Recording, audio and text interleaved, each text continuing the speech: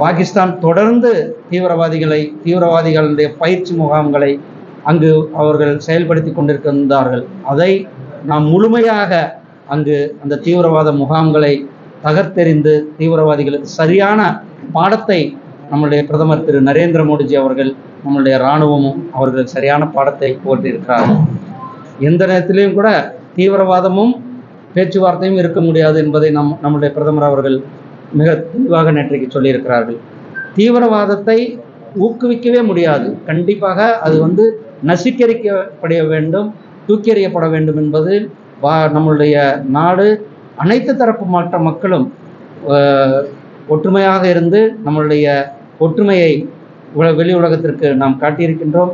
உங்கள் சார்பாக மீண்டும் ஒரு முறை நம்மளுடைய இராணுவ வீரர்களுக்கு நம்மளுடைய பாராட்டுகளையும் அவர்கள் ஒரு மிகப்பெரிய வீர வணக்கங்களையும் செலுத்திக் கொள்கின்றோம்.